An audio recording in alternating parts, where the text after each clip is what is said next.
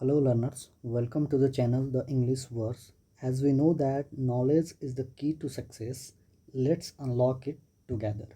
Today we will discuss the objective part of the Anglo-Norman Age.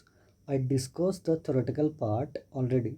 So before starting objective session, look a precise view of the Anglo-Norman Age. Correct?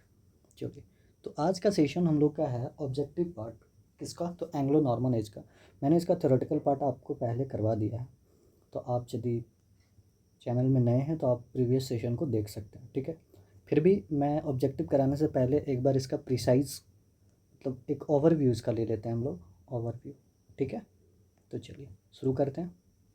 ठीक है, चलिए, तो Anglo Norman as आखिर क्यों आया? Anglo Norman as जो है वो किसके बाद आया? तो वो एंग्लो सैक्सन के बाद था।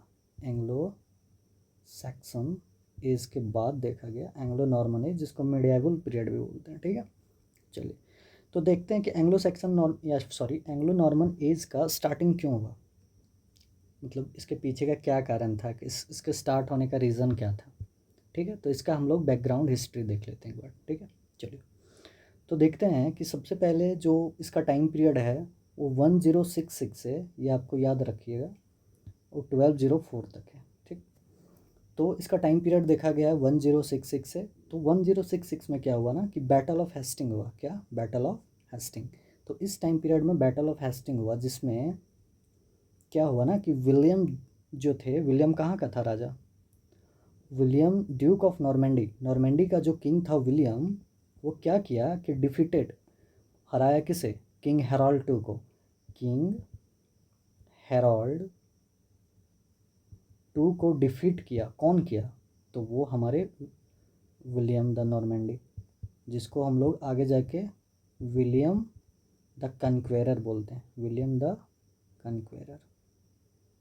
ठीक है, चलिए, तो ये हम लोग देख लिया। फिर क्या होता है? Coronation of William first. William first का जो होता है वो कोरोनेशन होता है, मतलब उनका क्या बोलते हैं, ताजपोशी, उन्हें ताज पहनाया जाता है। और वो प्लेस कहाँ पे है? तो वो ताजपोशी होता है उनका क्राउंड इन वेस्टमिंस्टर। वेस्टमिंस्टर अबे, उस प्लेस में इनको क्राउन पहनाया जाता है। ठीक है, चलिए, तो ये हम लोग शॉर्ट व्यू देख लेते हैं। तो इस टाइम पीरियड में दो मेजर किंग हुए हमारे, ये विलियम फर्स्ट, जिसको विलियम फर्स्ट द कन्क्वेरर बोलते हैं। इनका टाइम पीरियड याद रखिएगा 1066 से 1087। ठीक है, known as William the conqueror on the battle of Hastings. Hastings का युद्ध इसी के द्वारा लड़ा गया था। ठीक है, कंडक्टेड डूम्सडे सर्वे। इस डूम्सडे सर्वे में क्या हुआ था ना, इन्होंने लैंड वगैरह का सर्वे कराया था, लैंड और पीपल का सर्वे इन द लंदन। ठीक है, चलिए, इनका मेन वर्क था कि रॉयल अथॉरिटी का डेवलपमेंट, ये रॉयल अथॉरिटी को ज़्यादा प्रायोरिटी देते थे। ठीक है, इस टाइम पे एक और किंग हुए, वो कौन थे? तो हेनरी टू। इनका क्या था? ये फर्स्ट ऑफ द प्लांटेंजेंट किंग्स। प्लांटेंजेंट्स एक डायनेस्टी था, तो उनके फाउंडर भी यही इन्हीं को माना जाता है, हेनरी टू को। ठीक है, तो प्लांटेंजेंट किंग के मतलब क्या बोलते हैं उनको, फाउंडर भी थे। तो एक्सपेंडेड एंजेवियन एम्पायर, एंजेवियन एम्पायर को ये बहुत ज़्यादा एडमायर करते थे, उनको फैलाने में इनका बहुत बड़ा योगदान था। और ये एंजेवियन एम्पायर में आता है कौन कौन? इंग्लैंड, नॉर्मेंडी और एंजियो एक्वेंटिन बोलते हैं इनको। स्ट्रेंथन लीगल एडमिनिस्ट्रेशन सिस्टम पे ज़्यादा फोकस करते थे। ठीक है, चलिए, इन्होंने रॉयल कोर्ट को, कॉमन लॉ और रॉयल कोर्ट पे ज़्यादा फोकस किया था। कॉमन पीपल पे लॉ बनाया था और रॉयल कोर्ट्स का पे ज़्यादा इन्होंने फोकस किया था। ठीक है, फिर और भी कुछ किंग हुए थे, विलियम टू वगैरह थे, हेनरी फर्स्ट, रिचर्ड वन और जॉन। तो उतना इंपॉर्टेंट नहीं है, बट एक बार आप इसे देख लीजिएगा। ठीक है, तो चलिए, नेक्स्ट हम लोग देखते हैं important writer and there works. ये हमें बहुत इंपॉर्टेंटली याद रखना है। विलियम मेल्मसबरी, विलियम मेल्मसबरी, इनका मेजर वर्क है गेस्टा रेगम एंगोलरम। क्या है? गेस्टा रेगम एंगोलरम। देखिए थोड़ा ऑकवर्ड है, बट आपको याद करना ही पड़ेगा। The deeds of the king of the England. ये किस चीज़ पे बेसिस था? तो ये था a history of England from earliest time, the reign of Henry first. Henry first के रीजन के टाइम पे ये पीरियड, ये वो सॉरी, ये इनका बुक ये लिखा हुआ था। ठीक है, फिर एक ऑड्रिक विटालियस आते हैं, इनका इक्लास्टिकल हिस्ट्री है, आप ये देख लिए। फिर जॉफरी चौसर का कैंटरबरी टेल्स, वेस का रोमन डी ब्रूट और मैरी डे फ्रांस का एक क्या था, लेस, जो क्या था, कलेक्शन ऑफ लाइस, जो एक सिवेलरिक और शायद लव पोएम था। ठीक है। फिर एक ये बहुत इंपॉर्टेंट राइटर थे इस टाइम पीरियड के, जॉफ्री ऑफ मोनमाथ। इनका टाइम पीरियड याद रखें 1100 टू 1155। इनका टाइम पीरियड पूछा जाता है क्रोनोलॉजिकल वे में, ठीक है, तो आप ये याद रख सकते हैं। जॉफ्री ऑफ मोनमाथ कब है? 1100 से 1155। इन्होंने एक मेजर वर्क लिखा था जिनका नाम था हिस्टोरिया बेगम ब्रिटानिया, ठीक है, the history of the king of Britain, जिसका इंग्लिश में वर्ड। तो ये क्या लिखे थे, इनका जो बुक जो था वो बेस्ड किस पे था? History of Britain from the legendary Brutus and the Anglo Norman Kings. Anglo Norman kings जो हुए उस टाइम पीरियड में, उनके हिस्ट्री के बारे में ये बुक बताती है। कौन सी बुक? तो ये बुक हिस्टोरिया बेगम ब्रिटानिया, क्या है? ब्रिटानिया। तो introduced king Arthur and Marilyn, तो ये इस बुक में किंग आर्थर और मैरलिन को इंट्रोड्यूस किए थे ड्यूरिंग दिस वर्क, ठीक है। आर्थरियन लीजेंड्स, आर्थरियन लीजेंड्स जो होता था वो सीरीज ऑफ वॉर का एक स्कोप था इनके टाइम पीरियड में, ठीक है। चलिए अब कुछ समझ लेते हैं कि ड्यूरिंग दिस पीरियड में क्या क्या इंपॉर्टेंट फैक्चुअल चीज़ें हुई थी। एक शॉर्ट व्यू में तुरंत हम लोग देख लेते हैं, ठीक है। ज़्यादा टाइम हम लोग नहीं करेंगे क्योंकि जब हम ये आपका ऑब्जेक्टिव सेशन करेंगे इसका, तो वहाँ पे हम कंप्लीट डिस्कस करते जाएंगे, ठीक है। तो क्या होता है कि इस टाइम पीरियड में established a strong centralised monarchy, monarchy का ज़्यादा बोलबाला देखा गया इस टाइम पीरियड में। Monarchy is more powerful during this period, ठीक है। इंट्रोड्यूस फ्यूडल सिस्टम, मैंने आपको बताया फ्यूडल सिस्टम क्या होता है। जैसे हम लोग में कास्ट सिस्टम चलता है ना, जातिवादी, उसी प्रकार से वहाँ पे फ्यूडल सिस्टम चलता है। French language and cultural influenced England deeply. French language, वो जो इंग्लैंड, वो जो नॉर्मेंडी था, विलियम द कन्क्वेरर फ्रेंच के थे ना, तो फ्रेंच पे वहाँ पे ज़्यादा फोकस किया गया, फ्रेंच का कल्चर देखा गया इंग्लैंड में। क्यों? क्योंकि बैटल ऑफ हेस्टिंग जब हुआ था 1066 में, तो उस टाइम पीरियड में वहाँ विलियम फर्स्ट जो था, विलियम द कन्क्वेरर, वो फ्रेंच से आया था। तो ऑब्वियसली वहाँ पे अपना क्या करेगा, अपना पे रिलीजन, अपना रिलीजन हो गया, अपना लैंग्वेज हो गया, अपना कल्चर को स्प्रेड करेगा इन द इंग्लैंड, ठीक है। फिर क्या करता है? Development of law administration, laid a foundation of United Kingdom, ठीक है। फिर समझते हैं लैंग्वेज पे कितना फोकस था, देखिए।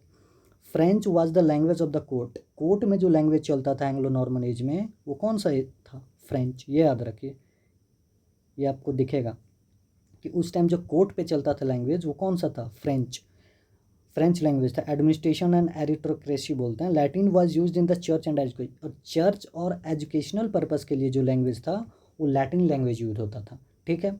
लेकिन इंग्लिश जो लैंग्वेज था वो कॉमन पीपल के लिए यूज होता था, ठीक है। तो यहाँ तक समझ गए। तो a blend of three cultural interest, English life and literature. तो क्या समझते हैं कि the Anglo Norman age was prepared of a political changes देखा गया उस टाइम पीरियड में, कल्चरल फ्यूजन हुआ, कल्चरल ट्रांसक्रिप्शन मतलब डाइवर्सिटी देखी गई, और फ्रेंच कल्चर ज़्यादा फोकस किया गया, ठीक है। सोशल रिकग्निशन मिला, द नॉर्मन बहुत new administrative system, architecture, literature and law वगैरह डेवलप हुआ सारा धीरे धीरे, ठीक है। तो ये कुछ कुछ इंपॉर्टेंट्स पार्ट थे इंपॉर्टेंट, ठीक है। एक चीज़ आप यहाँ पे याद रख लीजिएगा, इस किंग के टाइम पे ये जॉन जो किंग है ये थोड़ा सा फेमस है। क्यों फेमस है? क्योंकि इनके टाइम पीरियड में जो है वो लॉस ऑफ नॉर्मेंडी, नॉर्मेंडी को हार जाते हैं। मतलब नॉर्मेंडी को हार जाने का मतलब क्या है कि नॉर्मेंडी वहाँ पे अब ख़त्म हो गया, जो इनका किंगडम था नॉर्मेंडी वो एंड हो जाता है। और वहाँ 1204 में और 1215 में मैग्ना कार्टा साइन हुआ होता है, Magna carta by the king of England, ठीक है। तो ये चीज़ समझ गए। चलिए तो अब हम लोग ज़्यादा डिस्कस ना करते हैं, बाकी जो चीज़ें आएंगी वो हम लोग क्लियरली डिस्कस करते हुए जाएंगे, ठीक है। तो चलिए अब इसका हम लोग ऑब्जेक्टिव सेशन देखते हैं। तो पहले आप अपना आंसर देना स्टार्ट कीजिएगा, उसके बाद देखते हैं, ठीक है। चलिए तो ये रहा आपका फर्स्ट क्वेश्चन, बताइए एंग्लो नॉर्मन एज, हम लोग देख चुके हैं एंग्लो नॉर्मन एज का कब से कब हुआ है, ठीक है। चलिए बताइए the Anglo Norman age began in, कब हुआ था? तो 1066 में हुआ था। क्या हुआ था 1066 में? देख लेते हैं। 1066 में बैटल ऑफ, क्या होता है? बैटल ऑफ हेस्टिंग होता है, बैटल ऑफ हेस्टिंग होता है। उसमें क्या होता है? उसमें क्या होता है कि जो किंग होते हैं Duke of Normandy, Duke of Normandy, Duke of Normandy defeated, defeat करता है किसको? किंग हेरोल्ड टू को। किसको? किंग हेरोल्ड टू को डिफीट करता है। कौन? ड्यूक ऑफ नॉर्मेंडी, जिसको हम लोग क्या बोलते हैं? विलियम विलियम फर्स्ट या फिर विलियम द कन्क्वेरर, क्या बोलते हैं, विलियम द कन्क्वेरर। ठीक है, तो चलिए ये चीज़ हम लोग समझ गए क्या होता है। बैटल ऑफ हेस्टिंग होता है इस टाइम पीरियड में, जिसमें ड्यूक ऑफ नॉर्मेंडी होता है कौन, विलियम फर्स्ट, विलियम द कन्क्वेरर जिसको बोलते हैं। किंग हैरोल्ड टू जो इंग्लैंड का होता है, ये इसको क्या करता है, ये डिफीट करता है, हरा देता है, और जा कर के तब यहाँ पे 1066 में एंग्लो नॉर्मन एज स्टार्ट होता है। Anglo Norman age started. आ गया समझ में। चलिए तो हम लोग धीरे धीरे एलेबरेट करते भी जाएंगे चीज़ों को। ठीक है, the Anglo Norman age ended in, बताइए 1066 से कहाँ तक था, 1204 तक, यहीं तक था ना, 1066 से 1204 तक। तो ये चीज़ हम लोग देख लें, फिर चलते हैं। The Anglo Norman age started with, बताइए एंग्लो नॉर्मन एज कैसे स्टार्ट होता है, तो नॉर्मन कॉन्क्वेस्ट। 1066 में क्या होता है, Norman conquest, Norman conquest, Norman conquest होता है, जिसमें कौन जीतता है, William Duke, Duke of Normandy जिसको बोलते हैं, ड्यूक ऑफ नॉर्मेंडी। ठीक है, चलिए नेक्स्ट देखते हैं। द बैटल ऑफ हेस्टिंग कब होता है, बैटल ऑफ हेस्टिंग 1066 में। इसी के आने से ना फिर एंग्लो नॉर्मन एज आता है, एंग्लो नॉर्मन एज। ठीक है, तो ये टाइम पीरियड हमें याद हो गया 1066, और इसका एज क्या है, 1066 से कब तक चलती है, 1204 तक। ठीक है, चलिए अब हम लोग नेक्स्ट देखते हैं ऑब्जेक्टिव में। Who defeated king Harold two, Harold two को कौन हराता, अब ये जो हैरोल्ड टू है वो कहाँ का किंग था, तो ये इंग्लैंड का था, इंग्लैंड, किंग ऑफ इंग्लैंड। ये किंग कहाँ का था, तो इंग्लैंड का किंग था। ठीक है, तो इसको हराता कौन है, तो William of Normandy, William of Normandy कौन था, विलियम फर्स्ट जिसको बोलते हैं हम लोग, विलियम फर्स्ट। ठीक है, चलिए हम लोग डिस्कस कर चुके हैं तो ज़्यादा हम लोग टाइम वेस्ट नहीं करेंगे। William of Normandy became the king of England, England का किंग बनता है कब, 1066 में। इसका ताजपोशी कहाँ होता है, मतलब इसको कहाँ पे पहनाया जाता है ताजपोशी, तो वेस्टमिंस्टर में इसका ताजपोशी होता है, जो एक्चुअल में कहाँ है, लंदन में शायद है, लंदन या हाँ लंदन में। ठीक है, तो ये चीज़ समझिए। नेक्स्ट देखते हैं, विलियम वन वाज क्राउंड इन, बताइए कि विलियम वन को क्राउन कहाँ पहनाया गया था, कहाँ पे उनका ताजपोशी कराया गया था, तो अभी तो देखें हम लोग वेस्टमिंस्टर अबे में। ठीक है, चलिए नेक्स्ट देखते हैं। William one is also known as, William first को हम लोग और किस नाम से जानते हैं, बोलिए, विलियम द कन्क्वेरर, यही तो बोल रहे हैं तब से कि विलियम द कन्क्वेरर, या ड्यूक ऑफ नॉर्मेंडी भी बोलते हैं इसको, ड्यूक ऑफ नॉर्मेंडी। ठीक है, ये मैंने डिस्कस किया है, अब देखते जाइए। ठीक है, doomsday book was prepared in, अब बताइए इनका एक डूम्सडे बुक करके था, किनका, बुक नहीं था, हाँ डूम्सडे बुक, जिसमें इन्होंने सर्वे करवाया था, सर्वे, इन्होंने क्या करवाया था डूम्सडे बुक में, एक सर्वे करवाया था, 1 second,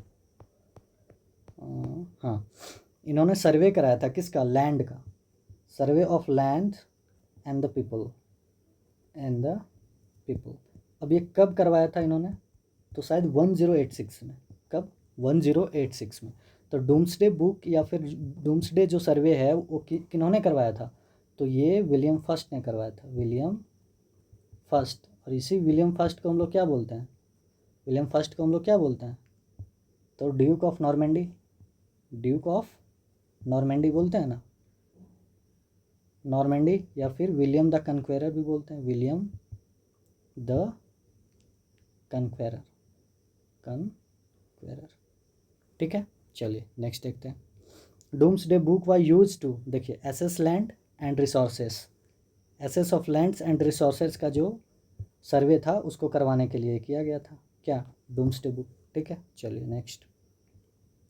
William two was also called, अब विलियम फर्स्ट हो गया, अब विलियम टू कौन था, तो विलियम टू भी यहाँ पर एक राजा था, तो इसको क्या बोलते थे हम लोग, तो इसको हम लोग एक सेकेंडरी नाम, रूफस करके एक नाम था इनका। ठीक है, चलिए इनके ज़्यादा डिस्कस नहीं करना है, बट आप देख लीजिए। द रेड चार्टर छोड़ दिया, हाँ रेड चार्टर किन के टाइम पे था, तो रेड चार्टर शायद विलियम टू के टाइम पे ही था, विलियम टू डाइड इन, ये सब नहीं पूछता है। चलिए जो इंपॉर्टेंट है वही देखते हैं हम लोग। Henry first promoted peace and क्या है, Henry first was the son of, छोड़िए ये भी इंपॉर्टेंट नहीं है आपके लिए, जो इंपॉर्टेंट है मैं सिर्फ वही करवाऊंगा।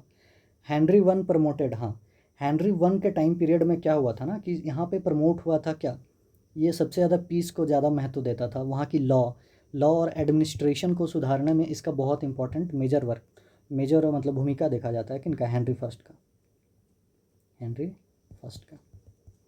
ठीक है, तो हेनरी फर्स्ट के बारे में हम लोग देख लें, इन्होंने क्या किया, तो पीस, लॉ एंड एडमिनिस्ट्रेशन को बहुत हद तक सुधारा था। चलिए, the death of Henry one cost, क्या था, जो the death of Henry first का डेथ होने का कॉस्ट क्या था, तो सेसेशन क्राइसिस। ठीक है, चलिए, the anarchy refers to, anarchy क्या रेफर्स करता है इसमें, द क्रूसेड मूवमेंट, ये एक्चुअली में क्या था, क्रूसेड मूवमेंट, द एनार्की, एक सॉरी द कौन सा 70 नंबर क्वेश्चन में है कि the anarchy refers to, anarchy जो है, जो द एनार्की है वो क्या, किस चीज़ पे फोकस कर, मतलब क्या रेफर करता है, मतलब क्या है एनार्की, द एनार्की, तो एनार्की एक सिविल वॉर है, क्या था, एक सिविल वॉर पीरियड है, जो टाइम पीरियड कब से कब चला था, तो 1135 से 1154 के बीच देखा गया, 1135 से 1154 के बीच। तो चलिए द एनार्की के बारे में हम लोग थोड़ा सा डिस्कस कर लेते हैं इलेबरेटली। चलिए, ये देखिए, ये है द एनार्की का थोड़ा सा डिस्कशन। क्या है कि जो द एनार्की है वो एक सिविल वॉर है, क्या है, सिविल वॉर बिटवीन, क्या है, माटिल्डा वर्सेस स्टीफन। स्टीफन ये इंग्लैंड का था और एक माटिल्डा था जो इंग्लैंड पे क्या करता था, इन्वेडेड, कितना बार, बहुत बार आक्रमण कर चुका था। तो उस टाइम पीरियड में स्टीफन था जब ये आक्रमण किया था, कौन, माटिल्डा। तो इन्वेडेड इंग्लैंड इन 1135 में किया था। ज़्यादा दिमाग नहीं लगाना, सिर्फ समझना है कि द अनार्की जो है वो सिविल वॉर है, जिसमें क्या हुआ था कि एक माटिल्डा था और एक स्टीफन था जो इंग्लैंड का था। तो माटिल्डा ने इस पर अटैक किया, कब, 1135 में। इसका रिजल्ट क्या हुआ कि ट्रीटी ऑफ वेलिंगफोर्ड, देखिए इस रिजल्ट में क्या हुआ कि कोई में दोनों में से कोई नहीं जीता, तो ट्रीटी हो गया। ट्रीटी किस बात पे हुआ, ट्रीटी ऑफ वेलिंगफोर्ड, वेलिंगफोर्ड का एक ट्रीटी हो गया 1153 में। ठीक है, तो फिर क्या होता है ना कि उसके बाद जब ये वो इवेंट होने के बाद, जब क्या बोलते हैं इसको, ट्रीटी ऑफ वेलिंगफोर्ड होने के बाद क्या हुआ कि राइज ऑफ द प्लांटेजमेंट एम्पायर। तो अब इस यहाँ से देखा जाने लगा एक प्लांटेजमेंट एम्पायर का ग्रोथ।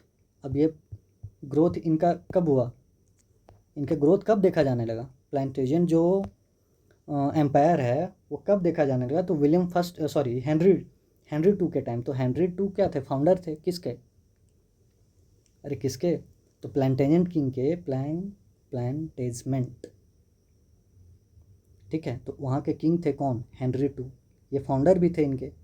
तो उनके टाइम पीरियड में ये चीज़ देखा गया, मतलब इनका डेवलपमेंट इस टाइम पीरियड का या फिर इस डायनेस्टी का फाउंडर देखा गया, फाउंडर मतलब इनके द्वारा किया गया। ठीक है, चलिए नेक्स्ट समझते हैं। The anarchy was a conflict between, बताइए अब द अनार्की जो है, अभी जस्ट हमने डिस्कस किया कि अनार्की किनके किनके बीच का मतलब फाइटिंग था। तो एक थे माटिल्डा और एक स्टीफन ऑफ ब्लॉइस, स्टीफन जो इंग्लैंड के थे। यहाँ तक आ गया समझ में, चलिए नेक्स्ट करते हैं। द एनार्की एंडेड इन, कब किया, एनार्की 1154 में एंड कर गया था, अभी तो मैंने देखा उससे पहले। ठीक है, एनार्की कहाँ पे गया, तभी तो द एनार्की एंड किया कब, 1154 में। तभी तो हेनरी टू ने क्या किया, हेनरी टू ने एक किंगडम का मतलब एक डायनेस्टी बना दिया, कौन सा था, तो पेंटेंजमेंट या क्या था, पेंटेंजमेंट्स डायनेस्टी, पेंटेंजमेंट डायनेस्टी किनके द्वारा बनाया गया था, तो हेनरी टू के द्वारा। ये द अनार्की एंड होने के बाद ही ना 1154 में, क्योंकि हेनरी टू का फिर टाइम पीरियड देखा जाता है कब से कब तक, तो 1154 से लेके 1189 तक। तो यही 1154 में पेंटेंजन डायनेस्टी इन्होंने फाउंड किया था। हेनरी टू ब्लैंक्स टू, देखिए पेंटेंजन डायनेस्टी अभी तो जस्ट डिस्कस किया ना, ये क्यों आया, तो ये आया द, कौन सा था इसके पहले, द एनार्की सिविल वॉर जो हुआ था, एंड होने के बाद आया था कौन सा डायनेस्टी, तो ये प्लांटेजनेट डायनेस्टी। ठीक है। इनके फाउंडर हेनरी टू। ठीक है, चलिए नेक्स्ट देखते हैं हम लोग। Henry two expanded. देखिए हेनरी टू क्या कर रहे थे, कौन सा डायनेस्टी इनको, तो एंजेवियन एम्पायर, अभी पढ़े थे हम लोग जस्ट जब हम लोग शॉर्ट रिव्यू कर रहे थे एक बार, तो एंजेवियन जेवन डायनेस्टी। इसमें कौन से, इसमें और मुख्य रूप से ग्रुप ऑफ डायनेस्टी था, इसमें और भी डायनेस्टी में इंग्लैंड आता है, इंग्लैंड का रीजन आता है, ठीक है, और इसमें नॉर्मेंडी है, तो सारे ये मिला करके एंजेवियन डायनेस्टी कहलाता था। ठीक है, चलिए next. Henry two is associated with the development of, बताइए हेनरी टू मैक्सिमम किससे डेवलपमेंट रखते थे, ये कॉमन लॉ, अभी बोले थे ना, ये कॉमन लॉ पे ज़्यादा फोकस करते थे। और क्या, फाउंडेशन ऑफ रॉयल कोर्ट्स, इन्होंने रॉयल कोर्ट्स का गठन किया था, रॉयल कोर्ट्स। तो आपको कोई पूछे कि रॉयल कोर्ट्स के मतलब डेवलपमेंट में सबसे ज़्यादा योगदान किनका था, तो हेनरी टू का था। ठीक है, मैक्सिमम यहाँ पे दो ही इम्पोर्टेंट किंग देखे गए थे, हम आपको बताए हैं कि विलियम फर्स्ट और सेकंड में कौन, हेनरी टू। देखिए किंग और भी देखे गए, लेकिन इस टाइम पीरियड में ये दो मोस्ट इंपॉर्टेंट किंग थे। ठीक है, चलिए नेक्स्ट देखते हैं। रिचर्ड फर्स्ट, देखिए एक ये भी किंग थे, तो Richard first is popularly known as, तो इनको और कैसे जाना जाता है, मतलब रिचर्ड फर्स्ट को कैसे और हम लोग जानते हैं, तो इनको लायन हेड बोलते हैं, ये याद रखना जरूरी नहीं है। Richard one was famous as, बताइए रिचर्ड वन क्यों फेमस थे, रिचर्ड वन लायन हेड बोलते थे, ये क्रूसैडर किंग थे। कौन थे, क्रूसैडर किंग। देखिए ये चीज़ें हैं थोड़ी रटने की ही चीज़ें हैं, तो थोड़ा याद रखना पड़ेगा। Richard first belongs to crusader king. ठीक है, अब क्रूसैडर किंग क्या है वो भी हम लोग आगे डिस्कस कर लेंगे। ठीक है, don't worry. The third crusade took place during, the crusade जो है उसका थर्ड कब हुआ था, the third crusade took place in किन के टाइम पीरियड में हुआ था, तो रिचर्ड फर्स्ट के टाइम पीरियड में हुआ था। चलिए देखते हैं इसका थोड़ा सा डिस्कशन। द क्रूसैड क्या है, द सीरीज ऑफ हॉली वार है, क्या है, द क्रूसेड या फिर थर्ड, ये हम लोग जो बोल रहे हैं क्रूसेड, ये क्या है, द क्रूसेड एक्चुअल में है क्या, तो सीरीज ऑफ वॉर है, क्या है, series of holy war and military campaign है।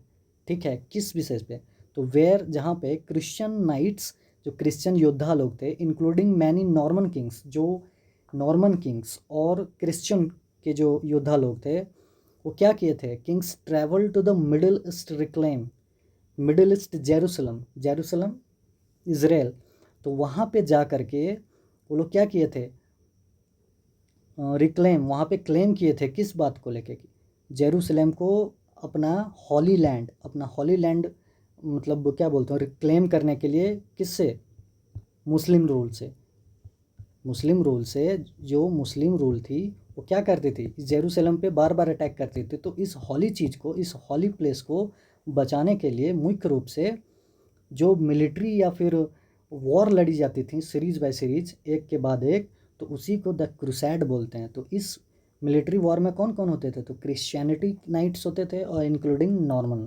किंग्स, और किनको प्रोटेक्ट करते थे, जेरूसलम जो इनका हॉली प्लेस माना जाता है, किनका, ये क्रिश्चियनिटी और ये आपके कहाँ पे गए, क्रिश्चियनिटी और एंग्लो नॉर्मन लोग के लिए। ठीक है, चलिए नेक्स्ट देखते हैं हम लोग। नॉर्मेंडी वाज लॉस्ट इन, अब बताइए नॉर्मेंडी कब एंड हो गया, नॉर्मेंडी लॉस कब हुआ, मतलब नॉर्मेंडी अल्टीमेटली कब वो पीरियड ख़त्म हो गया, तो 1204 में। हम लोग क्या देखते हैं, एंग्लो नॉर्मन एज का टाइम पीरियड कब से देखते हैं हम लोग, एंग्लो नॉर्मन एज का टाइम पीरियड कब से कब तक है, तो 1066 से 1204 में। ठीक है, और फिर 1215 में क्या होता है, तो मैग्ना कार्टा आता है, Magna carta king of Britain के द्वारा लाया जाता है। ठीक है, चलिए मैग्ना कार्टा देखिए आ गया, मैग्ना कार्टा जो साइंड इन कब आया, 1215 में। Next, Magna carta became the foundation of, क्या था, लिमिटेड मोनार्की। अब क्या हुआ कि मैग्ना कार्टा जब आ गया ड्यूरिंग दिस टाइम पीरियड, तो जो मोनार्की जो चलता था इंग्लैंड में, वो लिमिटेड हो गई। ठीक है, चलिए नेक्स्ट, फिर देखिए अब हम लोग समझते हैं इंपॉर्टेंट वर्क्स, कौन कौन सा इंपॉर्टेंट वर्क्स था। तो गेस्टा रेजम एंगोलरम एंग्लोरम, कौन, इनके राइटर कौन थे? अभी जस्ट हम लोगों ने डिस्कस किया है, तो कौन थे इनके राइटर? तो विलियम्स ऑफ मेलम्सबरी, ये इनके इंपॉर्टेंट राइटर थे। तो ये the deeds of the king, इनका इंग्लिश में मीनिंग होता है गेस्टा रेगम एंग्लोरम, मीन्स होता है the deeds of the king of the England, the king of the England.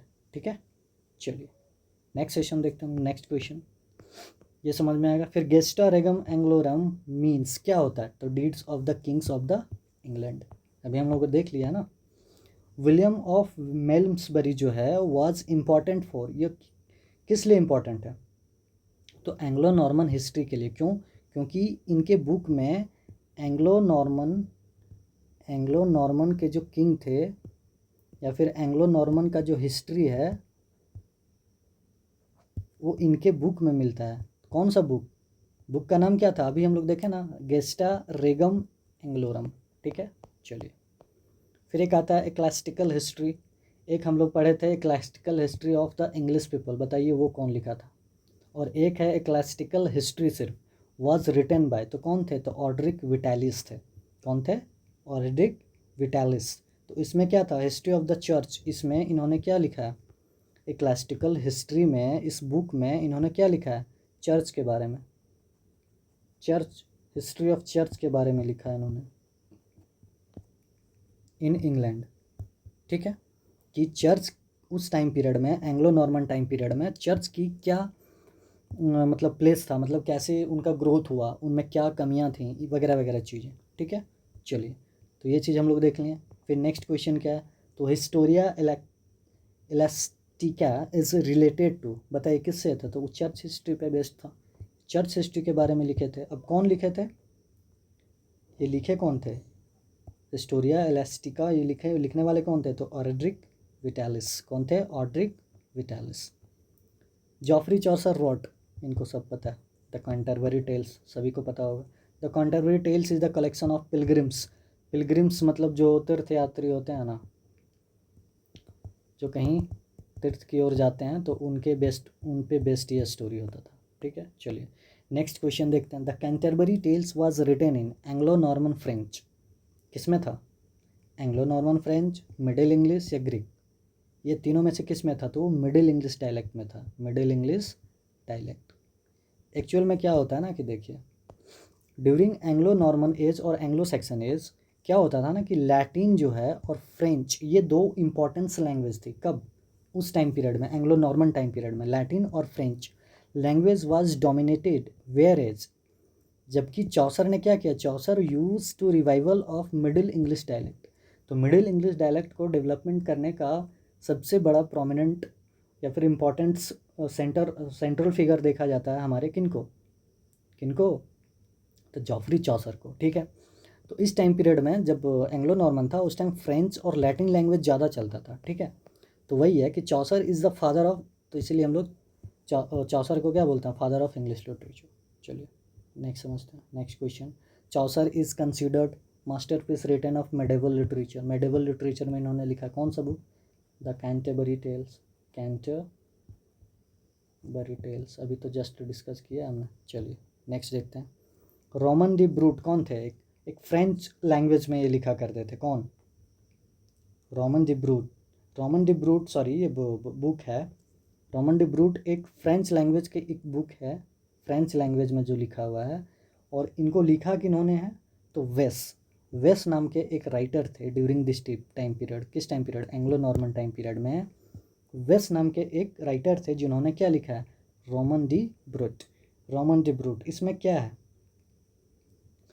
इसमें डिस्कस किया है ना कि ब्रूटस एक एम्पायर था, या फिर Brutus is the story of Britain from Brutus to king Arthur. Brutus को एक किंग रहा होगा इस टाइम से लेके किंग आर्थर जो थे यहाँ के, कहाँ के? किंग आर्थर कहाँ के? इंग्लैंड के। इनके टाइम पीरियड को इसने अपने बुक में पिरोने का काम किया है। जॉफ्री कौन?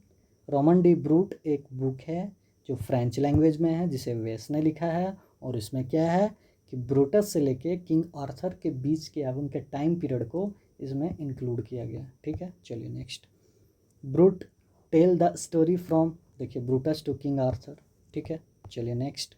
वेस रॉट इन, बताइए किस में लिखा है, तो एंग्लो नॉर्मन फ्रेंच लैंग्वेज में। अब ये ना बोले हैं कि इनका जो बुक था वो किस लैंग्वेज में था, तो फ्रेंच लैंग्वेज में। ठीक है, चलिए next question. Lais was written by, अब बताइए कि ये लेस जो है वो क्या है, एक कलेक्शन ऑफ पोएम है, कलेक्शन ऑफ लव पोएम है एक्चुअल में, लव पोएम आई थिंक। ठीक है, तो ये लेस जो पोएम है वो किन्होंने लिखा है, तो कलेक्शन ऑफ लेस जो है वो मैरी डी फ्रांस है कहीं, हाँ मैरी डी फ्रांस, ये एक राइटर थी, फीमेल राइटर थी, इन्होंने ही इस बुक को लिखा है।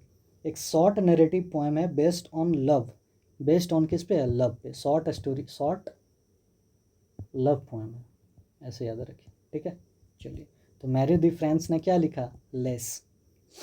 चलिए ये हो गया। फिर लेस आर द एक शॉर्ट नरेटिव पोएम है, ये तो देख लिए हम लोग। Marie de France wrote mainly about, किसके बारे में लिखती हैं, तो अभी तो बोले love, chivalry and adventure, love के बारे में लिखती थी ना, स्वेलरी के बारे में। चलिए जॉफ्री ऑफ मोनोमॉथ रॉट, क्या लिखी है, जॉफ्री ऑफ मोनोमॉथ इस टाइम पीरियड के बहुत इंपॉर्टेंट राइटर, इनका वर्क है हिस्टोरिया रेगम ब्रिटानिया, क्या है, Historia Regum Britannia, the history of the king of Britain जिसको इंग्लिश में बोलते हैं। ठीक है, चलिए Geoffrey of Monmouth introduced into English history, इन्होंने इस बुक से किनको इंट्रोड्यूस किया एक्चुअली में देखा जाए, तो किंग आर्थर हैं कहीं पे, हाँ किंग आर्थर और मेरलिन, ये दो राइटर थे, इनको डिस्कस करने का काम कौन किए हैं, तो जॉफ्री ऑफ मोनोमॉथ, कौन से बुक में, जॉफ्री ऑफ मोनोमॉथ का हिस्टोरिया रेगम ब्रिटानिया, इनमें। ठीक है, Geoffrey of Monmouth become a major source of Arthurian legends, इनका जो वर्क है, कौन सा वर्क, तो हिस्टोरिया बेगनम ब्रिटानिया, ये आर्थरियन लीजेंड्स पे बेस्ड है, आर्थरियन लीजेंड्स के बारे में डिस्कस करता है। तो आर्थरियन लीजेंड्स होता क्या है, चलिए देख लेते हैं। तो आर्थरियन लीजेंड्स जो होते हैं ना, वो these are the epic stories, ये जो है वो कंप्लीट स्टोरीज है किन का, किंग आर्थर का, मैरिलीन का, किंग ऑफ रोमन या फिर राउंड टेबल, जो किंग ऑफ रोम में जो किंग हुए थे, कौन कौन से किंग, किंग आर्थर हो गए, मर्लिन हो गए, या किंग्स ऑफ रोमन टेबल हो गए, तो उनका जो सीरीज़ है, उनका जो शॉर्ट स्टोरीज़ है, वो अपने बुक में कौन लिखते थे, तो जॉफ्री ऑफ मोनोमॉथ, कौन से बुक में, हिस्टोरिया बेगम ब्रिटानिया। ठीक है, चलिए match the writer with works, बताइए ये वर्क को आप मैच कीजिए, मैच करके आप खुद बताइए। देखिए सबसे पहले जो आता है वो देख लेते हैं हम लोग, तो चलिए चौसर का आ गया द कैंटरबरी टेल्स। ठीक है, अब बताइए इक्लेस्टिकल हिस्ट्री किन्होंने लिखा है, इक्लेस्टिकल हिस्ट्री लिखने वाले कौन थे, तो ऑड्रिक विटैलिस हैं कहीं, हाँ ऑडलिस, हाँ ये देखिए ऑड्रिक विटैलिस के ये हो गए। ठीक है, चलिए और भी है, फिर देख लेते हैं और कौन सा बुक का नाम है, Roman de Brut, Roman de Brut किन्होंने लिखा है, तो वेस कहीं पे है, हाँ देखिए वेस है, तो वेस का रोमन दी ब्रूट। एक बच गया कौन, लेस को किन्होंने लिखा है, तो मैरी दे फ्रांस ने। ठीक है, चलिए तो ये आप मैच कर लीजिएगा यहाँ से। फिर match the king with significance, चलिए मैग्ना कार्टा किसके टाइम पे आता है, तो आपको बोले थे कि सिर्फ ये याद रखिए, ये इंपॉर्टेंट है बहुत, मैग्ना कार्टा आता है किंग जॉन के टाइम पे, क्यों, क्योंकि उस टाइम पे नॉर्मंडी एंड हो जाता है ना, नॉर्मंडी एंड हो जाता है, नॉर्मंडी एंड इन 1204। ठीक है, और मैग्ना कार्टा कब आता है, 1215। चलिए नेक्स्ट, आप इसको एक बार मैच कर लीजिएगा। ठीक है, चलिए यहाँ तक हो गया हम लोग का कंप्लीट, ये है ही रॉट। चलिए Chaucer is a major medieval writer, चलिए एक रीजन असर्सन वाला देख लेते हैं, the Canterbury tales in middle English, चलिए ये तो सही है, तो दोनों करेक्ट है। Chaucer is a major medieval writer, बिल्कुल correct. He wrote the Canterbury tales in middle English, बिल्कुल करेक्ट, तो both are correct and one is the correct exam. The battle of Hasting took place, कहाँ हुआ था, battle of Hastings हुआ कहाँ था, तो ये आप अपना कमेंट में करके बताइएगा, फिर हमें बता दें, तो आप इसको कमेंट में हमें बताइएगा कि ये बैटल ऑफ हेस्टिंग एक्चुअल में हुआ किस प्लेस पे था। ठीक है, William first was crowned at कौन सा, तो वेस्टमिंस्टर एबे ऑफ लंदन। तो ये चीज़ हम लोगों ने डिस्कस कर लिया। चलिए और कुछ देख लेते हैं, मेजर वर्क होगा तो मेजर क्वेश्चंस कुछ।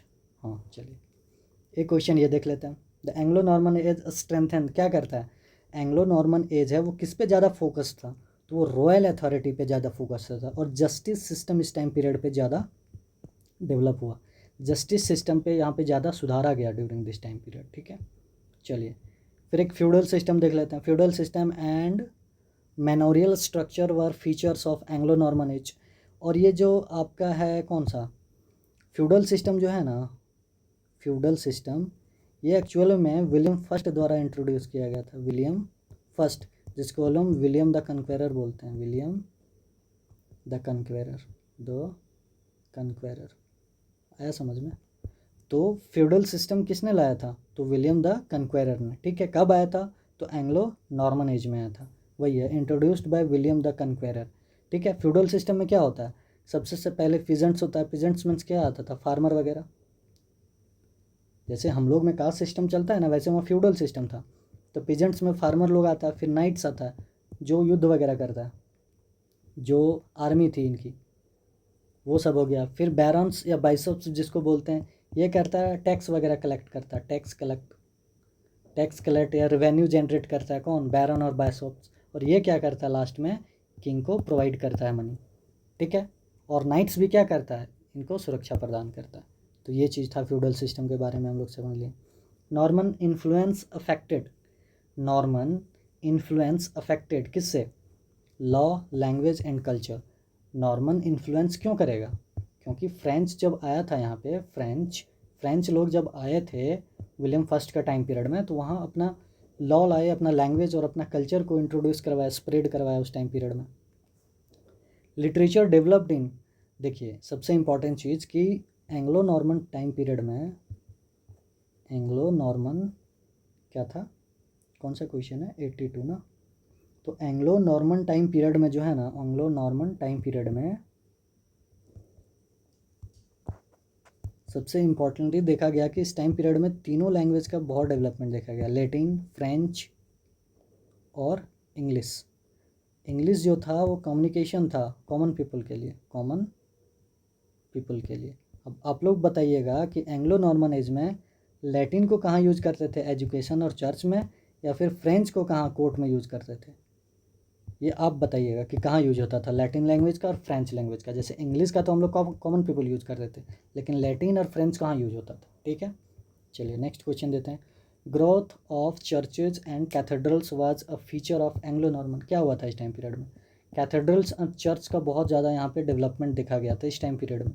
ठीक है और क्या हुआ था इस टाइम पीरियड में, वर्शिप देखा गया था। वर्शिप मतलब पूजा वगैरह, गॉड पे फेथ, गॉड फेथ, तो ये सारी चीज़ें भी देखी गई थी। चलिए द नॉर्मन कॉन्क्वेस्ट कब हुआ था, 1066, अभी तो बेहतर थे, 1066 से नॉर्मन कॉन्क्वेस्ट हुआ था। ठीक है किसने, William the Duke of Normandy जिसको बोलते हैं, ड्यूक ऑफ नॉर्मेंडी। कौन, विलियम फर्स्ट या विलियम कन्क्वेरर। किसको हराए, तो हैरोल्ड टू कहाँ का राजा था, तो इंग्लैंड का।